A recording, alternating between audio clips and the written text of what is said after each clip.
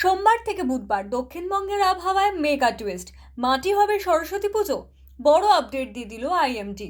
জানুয়ারির শেষে রাজ্যের আবহাওয়ায় আবার বদলের ইঙ্গিত দিয়েছে আইএমডি।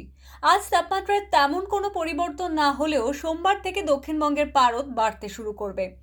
বুধবারের মধ্যে প্রায় 3 ডিগ্রি সেলসিয়াস পর্যন্ত তাপমাত্রা বাড়ার সম্ভাবনা। কলকাতায় যেখানে এখন তাপমাত্রা 13 ডিগ্রির আশেপাশে, সেখানে তা 14 থেকে 16 ডিগ্রিতে পৌঁছতে পারে।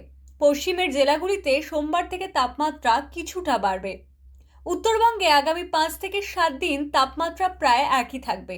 তবে উত্তরবঙ্গের বিভিন্ন জেলায়, বিশেষ করে মালদহ, উত্তর ও দক্ষিণ দিনাজপুর, কোচবিহার, জলপাইগুড়ি ও দার্জিলিংয়ে ঘন কুয়াশার দাপট বজায় থাকবে। দক্ষিণবঙ্গেও রবিবার ও সোমবার নদিয়া, মুর্শিদাবাদ, বীরভূম, পূর্ব ও পশ্চিম বর্ধমান, হুগলিতে ঘন কুয়াশার সতর্কতা জারি করা হয়েছে। সরস্বতী পুজোর সময় রাজ্যের মোটের ওপর স্বাভাবিক ও মনোরম আবহাওয়া থাকবে। সোমবার পর্যন্ত সর্বনিম্ন তাপমাত্রা স্বাভাবিকের নিচে থাকলেও তা পরে বাড়বে এবং পুজোর দিন ফের স্বাভাবিকের কাছাকাছি নেমে আসতে পারে। সকাল সন্ধ্যায় শীতের হালকা আমেজ থাকবে। বেলা বাড়লে সামান্য উষ্ণতা অনুভূত হবে। ঘন কুয়াশা ও বৃষ্টির সম্ভাবনা নেই। আকাশ থাকবে পরিষ্কার এবং আবহাওয়া থাকবে শুষ্ক।